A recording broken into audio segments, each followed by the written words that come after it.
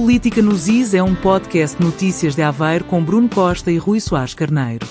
Opinião livre sobre temas de proximidade, com tónica na política, sem ignorar outros assuntos com implicações locais ou o contrário. Podcast Política nos Is é o episódio 17. Sejam bem-vindos ao espaço de opinião com o painel de comentadores Bruno Costa e Rui Soares Carneiro. Tema de abertura, disciplina de cidadania e desenvolvimento. O Ministro da Educação anunciou que vai passar a incluir o ensino obrigatório de literacia financeira e empreendedorismo. A Fernanda Alexandre diz que o Governo quer regular a disciplina, defendendo um conjunto de matérias essenciais e uma estrutura para esta polémica disciplina.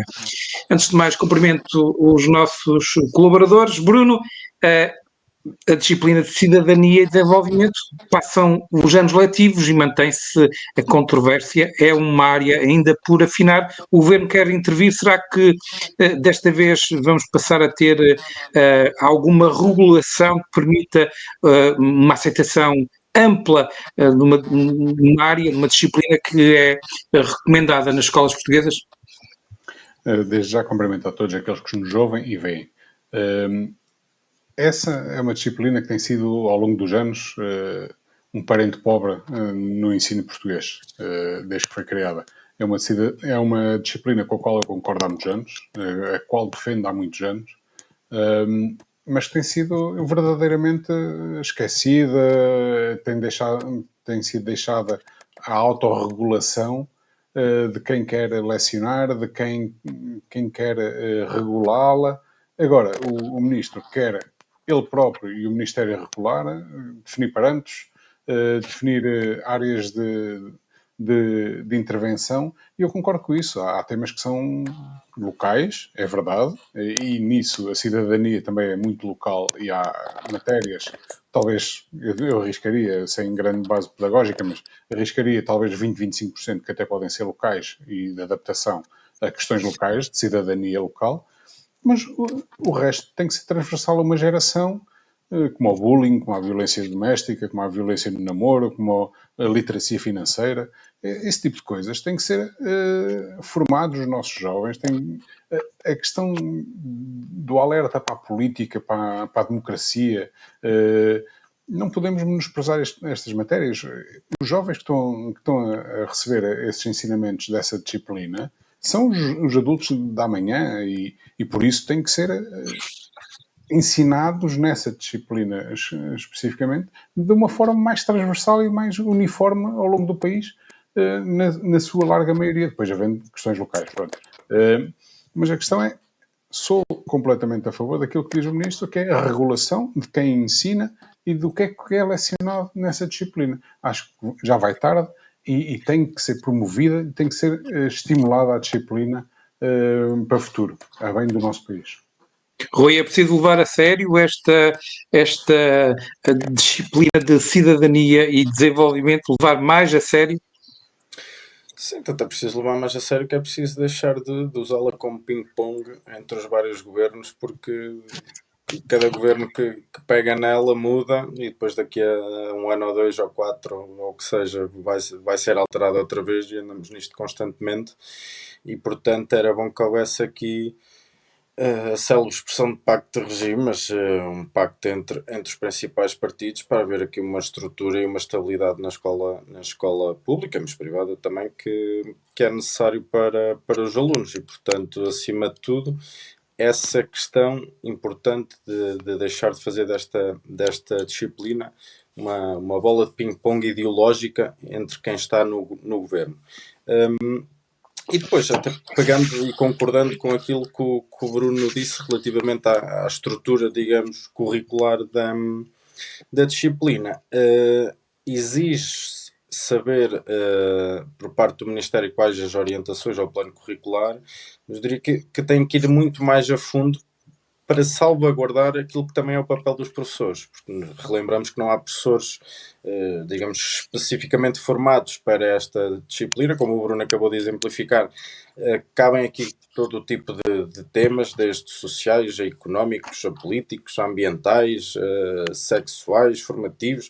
Quer dizer, é uma panóplia tão grande de temas que, se o Ministério da Educação não trabalha diretamente com as escolas para definir um currículo e uma fundamentação de matéria que os professores possam usá-la para dar estes temas aos alunos, podemos incorrer aqui numa situação de que, por muito que se definam os temas, depois cada professor pega como pega, porque nem todos os professores têm formação para dar, ou nem todos, não há nenhum professor que tenha formação para dar todos estes temas durante um ano letivo ou durante os vários anos de ensino, e portanto é sempre difícil este tema da disciplina da cidadania, por esta mistalgada de temas e de professores, que eu acho que exige haver aqui uma alteração da forma de lecionar esta Literacia financeira, literacia financeira e empreendedorismo fica bem?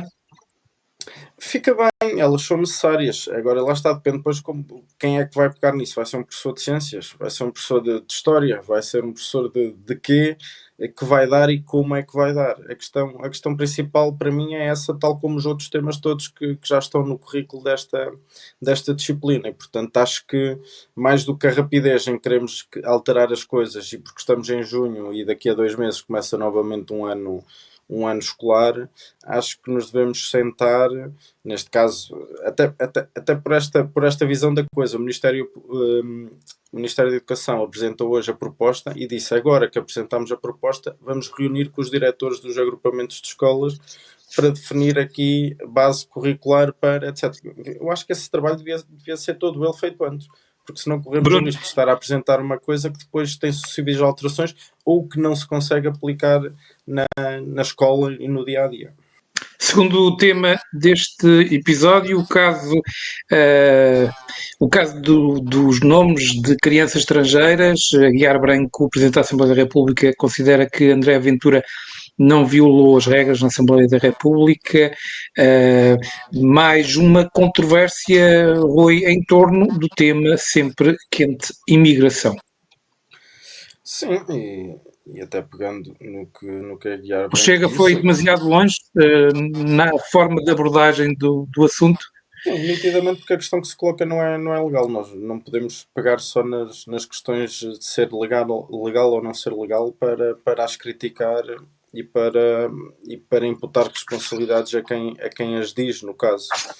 E mais uma vez, os deputados do Chega, no meu entender, foram longe demais no sentido ético e moral e de trato para com menores, que não tem nada a ver com a proteção de dados ou o que quer que seja, tem que ver com o trato que estas crianças merecem, a forma de disposição que tiveram, quer nos canais, mas principalmente nos canais digitais, porque isto depois são tudo cortes feitos para TikToks, Instagrams, Facebooks e tudo e mais alguma coisa, em que estas crianças, no seu dia-a-dia, na sua escola, com os seus colegas, veem os seus nomes a circular nas redes sociais de forma crítica, quase de uma forma de gozo para com o seu nome, alegando que não são de origem portuguesa ou o que quer que seja. E quando nós temos N nomes, inclusive o nome André, não é de origem portuguesa, tem uma outra origem. Portanto, se nós formos a pegar por aí, qualquer dia não podemos ter muitos nomes. Cá em Portugal temos uma listinha curta.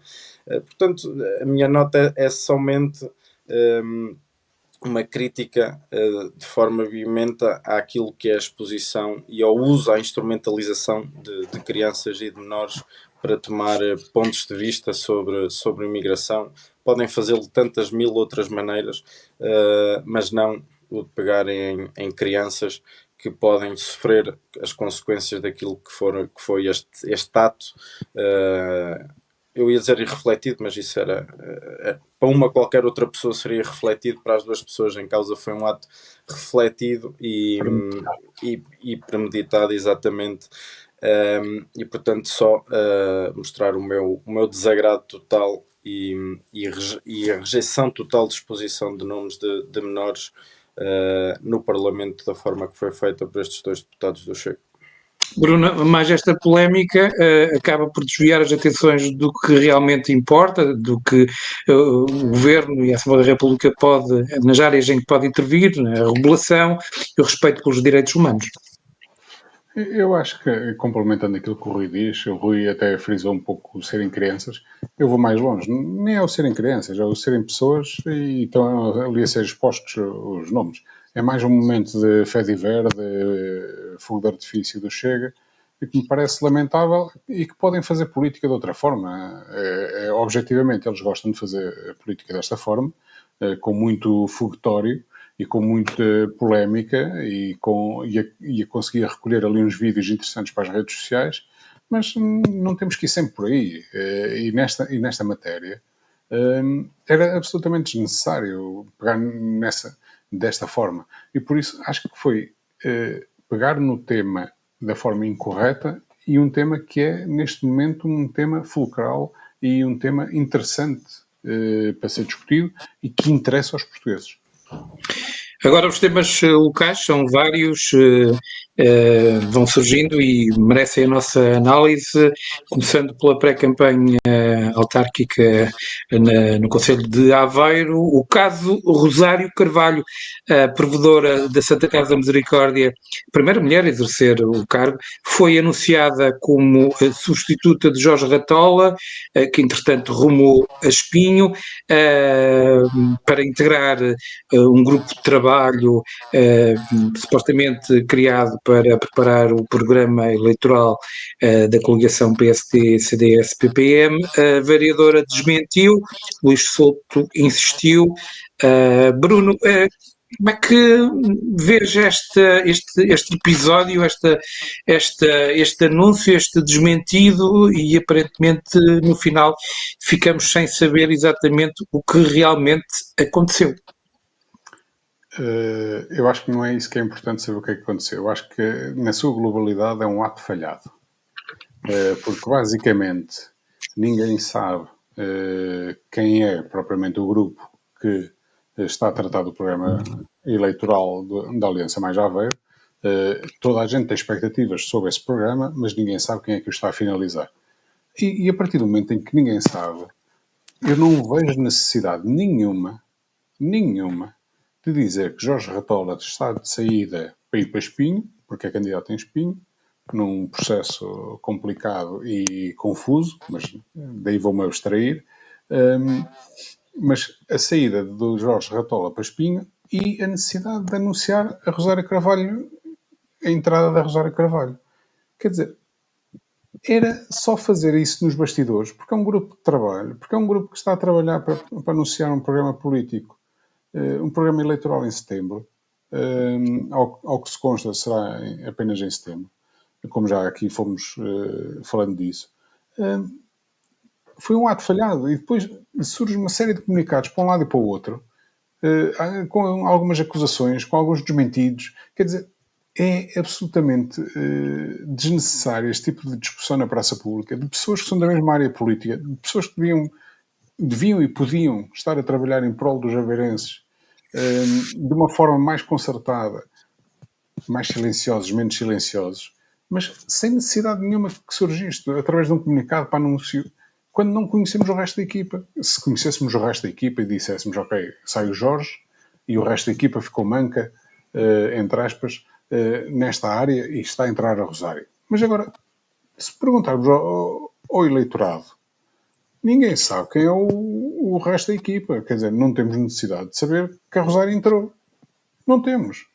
Queremos um bom programa político apresentado em setembro e para depois ter a possibilidade de, se ganharem as eleições, poder ser executado a partir de outubro. Isso sim é que interessa aos aveirenses. Não é saber quem está associado e depois há uns desmentidos e depois anda-se para trás e para a frente. Foi um ato falhado. Foi um momento de campanha que era absolutamente desnecessário e acho que ninguém fica bem na fotografia no final. Rui, compreende-se o argumento de Rosário Carvalho de uma suposta incompatibilidade entre ser provedora e participar ativamente na campanha com visibilidade pública, ela estaria disposta a participar, enfim, dando o contributo normal que dá a todos os candidatos, segundo referiu, mas nesta situação também não seria inédito, porque o Lacerda Paz, anterior provedor, foi sempre o mandatário do engenheiro Eusébio Esteves. Não querendo de todo fugir à resposta, a resposta é não compreendo esse ponto de vista, no sentido em que se qualquer presidente ou provedor, ou que seja, ou pessoas de direções de associações tivessem esse tipo de incompatibilidades, eu diria que metade das listas de qualquer não, mas de alguns partidos políticos deixariam de existir, pelo menos tal como estão, com a formação que têm. E, portanto, do meu ponto de vista, não inibia de todo de representar a Santa Casa naquilo que são as visitas formais e de participar também de uma forma informal nesse grupo, que ele é informal, quer dizer, não é nenhuma lista, não é mandatária, portanto, não vejo esse tipo de incompatibilidade. Pronto, eu aí já vou. Eu acho que isto foi um episódio que na verdade, a 99% dos aveirenses não disse nada. Portanto, o facto de não se saber quem é o grupo é comum às outras candidaturas. Nós também não sabemos, por exemplo, em relação ao PS, quem é que está a trabalhar exatamente. Sim. Eu já ia a esse ponto. Na parte mais de back-office. Uma questão de. Acho que foi aqui uma falha de comunicação e de coordenação entre os dois, supondo que terá sido entre o candidato e a senhora provedora que houve esse convite, portanto, essa conversa. Portanto, o Luís Souto não terá resistido a apresentar um trunfo como era considerado também o Jorge Ratola. Sim, mas também não quero acreditar que ele queria apresentar um trunfo que não o teria na mão, não é? Porque isto não é propriamente um jogo de póquer. Ele diz que sim, no comunicado. No comunicado pronto, diz que sim, estava tudo combinado. Eu não vou lá estar, não vou andar a comentar os comunicados, porque senão temos sempre as duas versões e não saímos delas. Acho que terá sido um problema de comunicação e de coordenação. Agora acho, ponto 1, era escusado, ponto 2, até teria ficado bem aqui uma saída, digo eu, mais airosa para a circunstância em que o PSD e o CDS se viram, ou no caso o próprio candidato, se saído desta troca de comunicados tivesse havido a novidade de olha, não é o Jorge, não é a Rosário, mas é o Manel, a Rita e mais uns quantos que estão, e nós ficássemos a saber e houve essa novidade e até esquecêssemos do nome da Rosário e da situação. Acho que teria sido mais vantajoso para a Aliança Mais Aveiro então chegar-se à frente com 1, 2, 3, 4, 10 nomes, não sei quem é que compõe o grupo, e portanto teria saído aqui, digamos que por cima, com digamos que a perda de um elemento, mas um ganho de meia dúzia de outros, e seria sobre esses que as pessoas poderiam estar a falar e que nós estaríamos agora aqui a comentar a composição do grupo. Sendo assim, pronto, comentamos só uma troca de comunicados, que penso eu que já terá terminado, ficamos consequências políticas e eleitorais. Consequências políticas e eleitorais, Bruno. Isto pode criar problemas à coligação de direita? Só recuar aqui 20 ou 30 segundos, faça aquilo que tu dizias, do trunfo eleitoral, da questão da apresentação de um trunfo eleitoral. Naturalmente, mesmo sem este comunicado da apresentação da Rosária Carvalho, a maior parte das pessoas associam a Rosária Carvalho a esta área política e associam, mesmo sem comunicados, associam que ela votaria Luís Souto ou a Aliança Mais Aveiro. E por isso não me vejo essa necessidade do... Foi vereadora de Riba aos Teves. Exatamente, foi vereadora, está na área política há muito tempo, por isso não vejo essa necessidade. Repercussões, eu acho que não ganhou nenhum voto com esta polémica, a Aliança, e diria até com esta confusão. Houve alguns que pensaram eles estão desorganizados e que possam estar aqui mais duvidosos na confiança que poderão dar à Aliança como Mais Aveiro. Rui, falou-se de Luís Souto, por vezes é mais importante falar-se do que não se falar, mesmo assim, mesmo o assunto não sendo muito cómodo, mas falou-se de Luís Souto, não ainda por propostas, mas falou-se. Sim, lá está, e no fim ficamos com as percepções que cada um possa ter do que leu ou não leu de ambas as partes, e como diria o outro, O que interessa é ser falado, bem ou mal, o que interessa é que falem. Neste caso, acho que não prejudicou muito ninguém. Foi um episódio de um dia, durou 24 horas e acho que no final foi mesmo só aqui uma falha de comunicação ou de coordenação, que é um bocado transversal. Nós também estamos só aqui em Aveiro e olhamos maioritariamente para os dois principais partidos, mas é um bocado transversal ao país todo nesta época, e há sempre um convite que fica ali meio perdido, outro que diz que foi, outro que não foi. Portanto, são episódios, se calhar não vão ser os últimos que tivemos. A Aliança Mais Aveiro começa a apresentar os candidatos às juntas, no caso vai ser em freguesia, ou seja, a suma dianteira na apresentação freguesia a freguesia é Rui Cordeiro, o candidato vai ser no dia 11. Bruno, Luís Souto está com pressa em ir para o terreno apresentar os seus candidatos? Eu começava por uma piada que é: vão apresentar exatamente uma oportunidade perdida, elencada por Alberto Souto, que dizia que não havia um parque em Jogueira. Afinal, o candidato a Jogueira da Aliança Mais Aveiro vai apresentar a sua candidatura num parque, no Parque Aventura. Com isto, Luís Souto, pelos vistos, vai para o terreno. Eu, por acaso, tinha a esperança, ou tinha logisticamente achava que o presidente da Assembleia, o candidato à Assembleia Municipal seria apresentado previamente aos candidatos às juntas, mas vão iniciar em Jogueira, uma das maiores freguesias, e a criar a dinâmica de local. Começar a dinamizar as pessoas, começar a mostrar mobilização e começar a ganhar o eleitorado de outra forma, a começar a colar os bocados de eleitorado que existem por aí, até 12 de outubro. É o início da campanha de terreno, por assim dizer.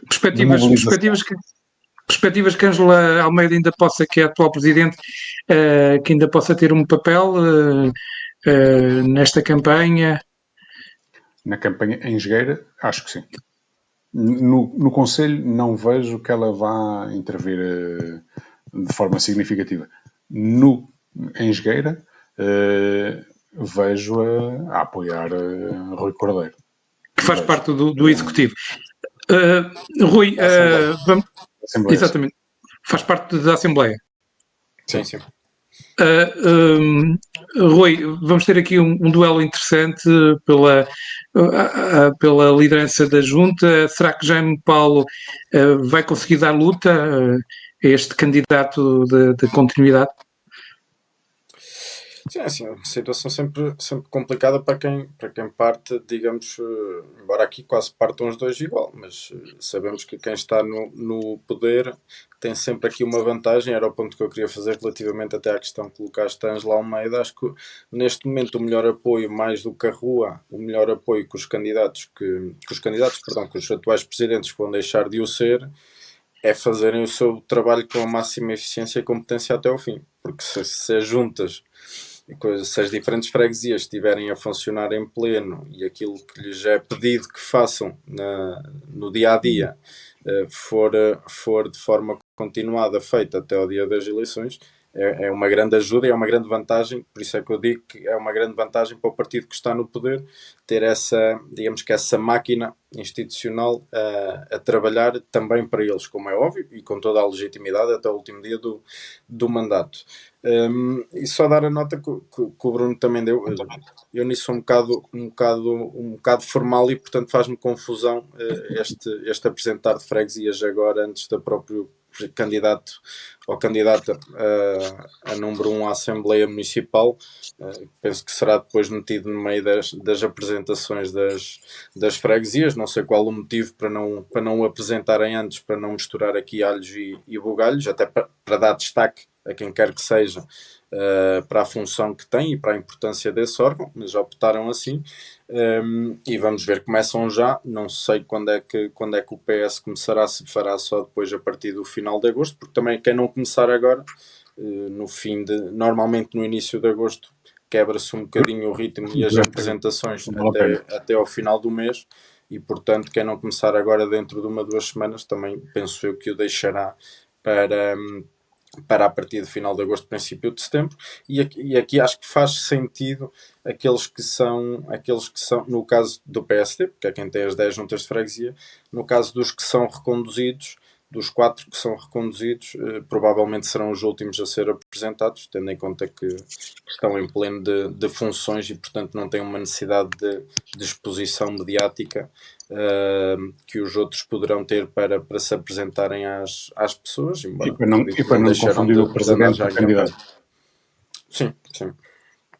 Candidaturas anunciadas, entretanto, Bloco de Esquerda na Glória Vera Cruz, Ivo Angélio. A Iniciativa Liberal em Aradas anunciou a jurista Ana Torrão.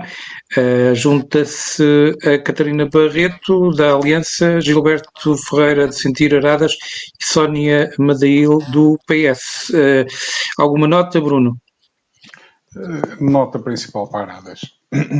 É uma freguesia onde residi 3 décadas e por isso tenho alguma afinidade com, e acho que vem aqui complementar a luta que se revela e que será mordaz, como já foi há 4 anos, e continuou exponencial durante estes 4 anos, e esta campanha vai ser dura. Fora o que se vê nas redes sociais, no terreno, tens já alguma perspectiva? Como é que está a disputa eleitoral? A disputa está naquele registro que estava há 4 anos e que tem sido durante da agressividade mútua de todas as partes. A última Assembleia de Freguesia foi sintomática em relação a isso. É o culminar daquilo que é todo o ambiente que se vive em Arada já há 4 anos, com responsabilidades de todas as partes, parece-me, e que foi potenciando até que chegamos a este ponto e que terá que haver eleições e espero que haja uma votação clara no final, que é para permitir algum serenar das hostilidades, porque se der uma confusão, como temos na Assembleia da República, por exemplo, vai ficar uma junta ingovernável. Rui, o PSD fez mal a não proteger um pouco a Catarina Barreto, enfim, teve um mandato muito complicado, muito exposto a questões judiciais, debate político e partidário, ao dar-lhe, enfim, ao lançar-lhe o desafio para a recandidatura, não sei se será uma tarefa difícil renovar o mandato ou não, mas mantém-se a exposição a uma presidente de junta que que surge um pouco desgastada, pelo menos aos olhos da opinião pública. Localmente poderá haver uma perspectiva diferente das pessoas, não é? Não acredito, muito sinceramente, que tenha faltado apoio ou proteção da parte do PSD durante este mandato. Aliás, sempre que, e no caso, até há pouco tempo, na pessoa do presidente da Conselhia ou do próprio presidente de Câmara. E quando disse proteção, protegida seria eventualmente encontrar uma candidatura alternativa nesta fase. Não estou a falar do que passou do mandato. Sim, mas assim também fica complicado para o PSD se a própria quer continuar e o PSD ter a possibilidade de lhe dizer que não vai continuar. É o mesmo motivo do Ricardo Espinho, por exemplo. Sim, porque diz à Catarina que ela não pode ser candidata. Sim, pelo que eu sei, as instruções também era de toda a gente que pudesse continuar o seu mandato, digamos assim. O seu mandato, não, perdão, candidatar-se ao novo mandato, que as ordens seria para serem novamente candidatos. E, portanto... Um outro desafio seria caso, uma forma airosa de abrir aqui uma vaga. Não sei, aí não tenho informações internas se pode ter sido sondada para outro tipo de posição qualquer, ou se não foi sondada e a única opção que o PSD lhe deu foi de continuar, e se ela queria ou não queria continuar, mas pelo que se vê, a própria quis continuar, porque senão não era candidata, e o PSD também contava com ela e conta com ela para ser a candidata. Agora, efetivamente, vai ser uma batalha interessante de ver em Aradas. Nós provavelmente vamos ter pelo menos 7 candidaturas. Não acredito que o PAN e o LIVRE apresentem candidatura à Assembleia de Freguesia de Aradas, mas vamos ver. E, Mas portanto, o podemos LIVRE contar está pelo nesse menos... caminho. Pelo menos internamente acho que está nesse caminho, ao que sei. Pronto, sim, por causa das primárias. Vamos ver se depois se materializa tudo e efetivamente conseguem depois arranjar lista e compor tudo para se candidatar. E, portanto, podemos ter pelo menos 7. Parece-me que vamos ter, até pela apresentação agora da candidata da IEL, que, ao que sei, irá a todas as freguesias. Se não for a todas, São Jacinto pode ter mais dificuldade, mas o objetivo e o trabalho que estão a fazer é de ir a todas as assembleias de freguesia, tal como ao Bloco, tal como ao PC, e portanto o Chega é aquele que ainda pouco ou nada sabemos se irá a todas, se não irá a nenhuma, se tem candidato à Câmara, se não tem, mas acho que vai ser uma batalha interessante aqui de ver, e pode ser um dos casos. Nós atualmente no mandato anterior, aliás, peço desculpa, atualmente na eleição de 2021 tivemos essa situação em São Jacinto de não haver uma maioria absoluta, era a única junta, e entretanto a situação foi ultrapassada com as eleições intercalares. Portanto, podemos ter aqui uma situação em Aradas, consoante o resultado que o PSD lá consiga, de termos aqui uma perda ou não de maioria absoluta, e era uma das freguesias que penso que estará em aberto até ao fim, que pode ter essa possibilidade de ter aqui um arranjo pós-eleitoral para conseguir assegurar um mandato até ao final. A pretexto desta referência... Deixa-me só complementar aqui a questão do PSD. A opção do PSD, desde que a liderança de Simão Santana se concretizou em 2021, sempre foi, 2022, sempre foi de manter os presidentes de junta que poderiam ser recandidatos, porque já havia muitas alterações. Até a admissão dele foi essa a opção, eu ainda durei mais alguns meses, e até à minha demissão também foi essa a opção. Posteriormente a isso, não sei exatamente qual era a opção, mas pelos vistos mantiveram a pretensão de manter os presidentes de junta que podiam ser recandidatos a serem recandidatos. Foi feita uma referência à Iniciativa Liberal, uma pincelada rápida em jeito de comentário ao cartaz que foi colocado pela estrutura local no âmbito da pré-campanha. Aveiro não é um negócio de família. Rui, é um cartaz, enfim, com ironia, sobre os irmãos Soto. É uma forma de fazer política mais agressiva, para chamar a atenção. É tolerável ou não? Sim, penso que não ofende ninguém. Os candidatos são família, na interpretação da IEL, pronto, tiram esta ilação. Na verdade, é o que distingue muito aquilo que também trouxe a IEL, até mais a nível nacional do que local, mas não esquecemos também o cartaz anterior que tinha Alberto Soto e Ribal Esteves, por exemplo, até há bem pouco tempo. É a forma de comunicar da IEL, sempre primou por essa diferença. Acho que é uma forma mais, podemos-lhe chamar, mais agressiva, mais irónica, mas dentro daquilo que é o aceitável, por exemplo, contrastando com a forma agressiva e muitas das vezes desrespeitosa da parte, por exemplo, do Chega, da IEL. Pronto, é uma interpretação que eles fazem pegando na situação de serem dois irmãos candidatos, é uma forma de comunicar e de apelar à consciência das pessoas. Uma forma também, Bruno, de abrir caminho entre dois candidatos que chamam concentram praticamente toda a atenção, não é? Era uma mensagem e um cartaz, no seguimento do cartaz que o Rui frisava, e era uma mensagem expectável que fosse surgir mais tarde ou mais cedo. São dois candidatos que são irmãos, que ambos sabemos que se dão, apesar de serem de campos políticos diferentes. Mas a expressão negócio é que é um bocadinho mais, vai um bocadinho mais longe, não é? Não há aqui um negócio, ou não haverá um negócio que se saiba, ou há alguns negócios que se conhecem, mas não há um negócio de família, não é? Mas era aí que eu ia chegar. Agora, depois do cartaz, acho que a Iniciativa Liberal peca por pouco. É pouquinho. Como diz alguém que eu conheço, é pouquinho. Podia concretizar mais, ser mais agressivo, aumentar a mensagem, aumentar a notoriedade do partido e do candidato. Eu acho que eles, nesse aspecto, falharam por completo o cartaz parece-me interessante. O ato a seguir, acho que é um ato que falharam. Não Então, conseguiram catapultar a mensagem do cartaz. Tem 3 meses para te responder. então vamos em frente com algumas Aguardarei o dicas. Miguel. Vou lançar aqui algumas dicas antes das notas finais para tentarem rapidamente fazer alguns comentários dos dias que passaram. Na campanha de Alberto Souto, o candidato do PS propôs revogar imediatamente o hotel de 12 pisos que está previsto no plano de pormenor para a antiga fábrica Boia.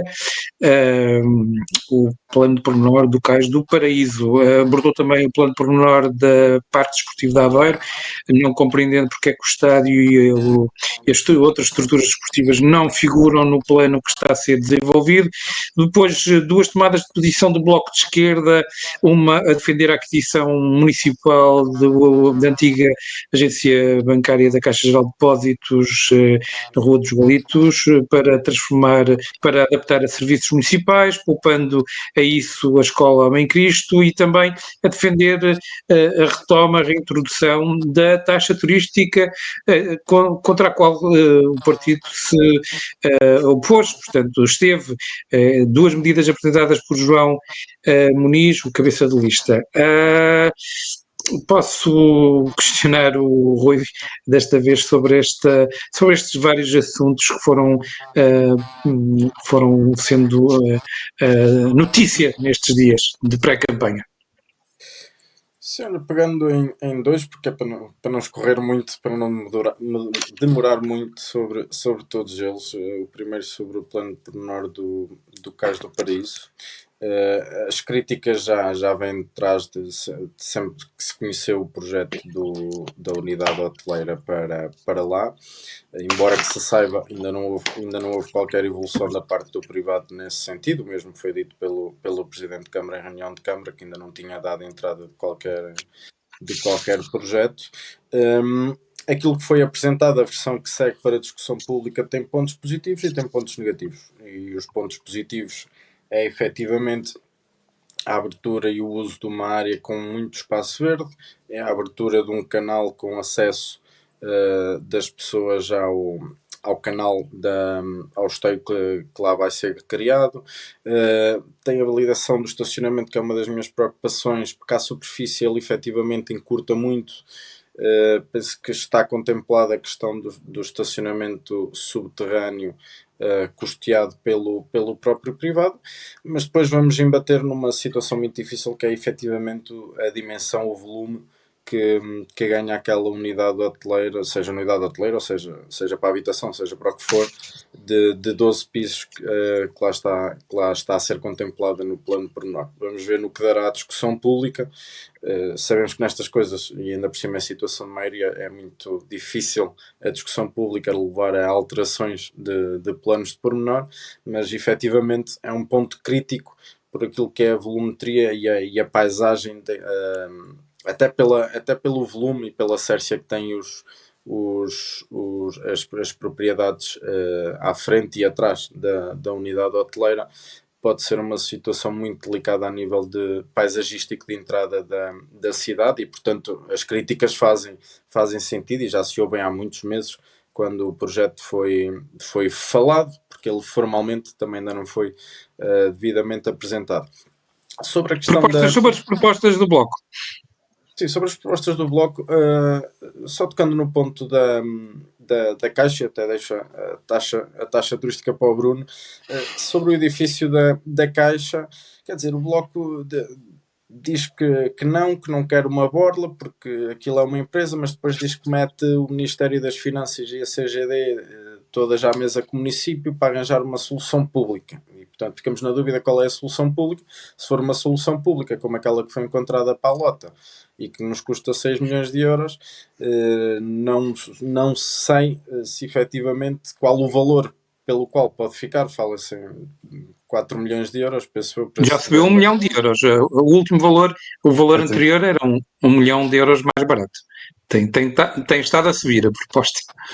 Pronto, lá está isto com o passar do ano, a inflação no mercado imobiliário. Agora, parece muito complicado, porque a CGD rege-se por regras do setor empresarial e, portanto, é muito difícil estar aqui a conseguir essas benesses que não foram conseguidas, por exemplo, nos terrenos da Lota, mas depende muito de haver interessados ou não. Se efetivamente continuar a não haver interessados para a aquisição do edifício, pode ser que possibilite aqui, quer junto à Caixa, quer junto ao Ministério das Finanças, haver alguma negociação para. A resposta, até que isso já foi equacionado, e lembro-me dessa discussão em reunião de Câmara. A resposta que o Sr. Presidente de Câmara deu foi que o edifício não tinha as condições, nem a dimensão, nem as condições para receber os serviços da Câmara. Eu conheço o edifício, mas não conheço o edifício na sua totalidade, portanto também não me apraz agora fazer essa avaliação. Até porque sei que essa resposta pode ter sido dada na altura porque estava-se a equacionar, e ainda se está a equacionar, a mudança para a escola Homem Cristo, mudança essa com a qual eu não concordo, e portanto o debate pode partir inquinado por aí. Agora, acho muito difícil uma solução. Acho que só é possível daqui a algum tempo se efetivamente o mercado não der resposta às pretensões da Caixa, e aí poder-se tentar arranjar uma outra forma dentro do Estado, digamos assim, para e pode nem passar pela aquisição, pode passar pelo arrendamento do espaço para parte do município, ou por uma troca por qualquer outra permuta, etc. Há muitas formas de o fazer e avaliar, e portanto esperemos para ver, mas não me parece que seja uma prioridade num curto prazo, só efetivamente se o mercado não der resposta à Caixa. O Bloco de Esquerda a marcar a agenda. Bruno, o Alberto Souto também a desconstruir, continua a querer desconstruir propostas de Ribal Esteves na questão deste hotel de 12 pisos. Vamos ver também como é que o Presidente da Câmara ainda poderá vir a reagir a estas medidas, propostas que vão sendo apresentadas, propondo recuos, alterações a medidas, ações camarárias deste atual Executivo. Queres também abordar a reviravolta de pensamento do Bloco em relação à taxa turística? Sim, começando já pelo Bloco. Saúdo a vinda do João Muniz para o debate político em termos autárquicos. Finalmente aparece com medidas e, curiosamente, com medidas quase mais mercantilistas do que a iniciativa liberal. De repente surge, na continuidade de uma proposta de 2022, que tinha sugerido uma solução pública para o edifício da Caixa de Depósitos, à qual o Presidente de Câmara, como o Rui disse que não tinha condições para servir os serviços da Câmara, e agora fala na aquisição do edifício, novamente, depois de lhe terem respondido isso há 3 anos atrás. Ele volta e já não fala em solução pública, fala em aquisição. Pronto, é a evolução dos tempos, é o Bloco a querer dar sinais de vida. Em relação à taxa turística, em 2012, eles eram contra a elaboração da taxa turística e agora são a favor.